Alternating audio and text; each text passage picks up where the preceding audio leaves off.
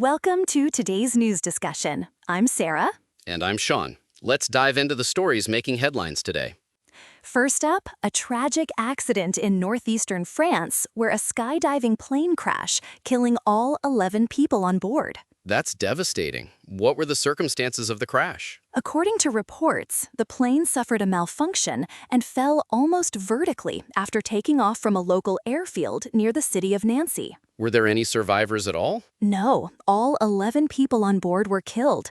The victims included 5 instructors, 5 students, and the pilot. That's a terrible loss, especially since it involves a training operation.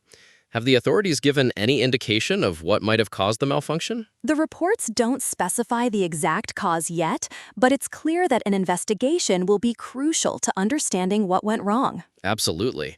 And it's not just the immediate cause. Understanding the broader safety context will be important too. Exactly. Now, moving on to another story, we've got some details on a recent heat wave. France saw around 1,000 additional deaths last week at the height of its record-smashing heat wave, according to the country's public health agency. Wow, that's a significant number. Were these deaths directly attributed to the heat? The reporting suggests that most of the fatalities involved older people who are typically more vulnerable to extreme heat. That's not surprising. Heat waves often disproportionately affect the elderly. Was this heat wave particularly severe in terms of records broken? Yes, it was record-breaking. Temperature records were toppled not just in France, but in several other European countries as well. So it wasn't just a local issue, but part of a broader regional heat wave? Exactly. The heat wave was widespread across Western Europe. What's being done to mitigate the effects of such heat waves in the future? The reports don't go into detail on specific mitigation measures, but it's likely that public health responses and possibly longer-term climate adaptation strategies will be discussed. That makes sense. Moving on, what's the latest from Venezuela? Tensions are rising in Venezuela as the death toll from the recent earthquakes has reached 1,430. That's a staggering number.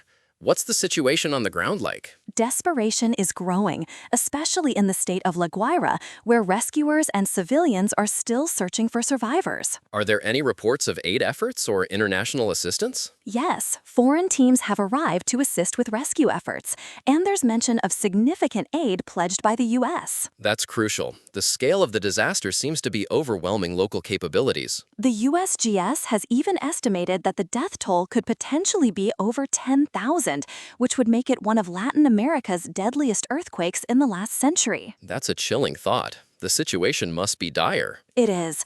And to wrap up today's discussion, let's touch on another aviation incident. A Saudi Aramco helicopter crashed in eastern Saudi Arabia, killing all 14 people on board. Another tragic accident. Do we know what happened? The reports don't specify the cause, but it occurred in the Ras Tanura area. Were the victims all Saudi nationals? According to state media reports, yes, all 14 victims were Saudi nationals. It's always shocking when these accidents happen, especially with no clear indication of what went wrong. Investigations will hopefully provide more clarity.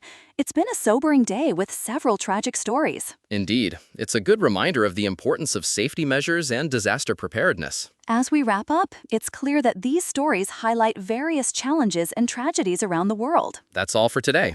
Thank you for joining us. Goodbye.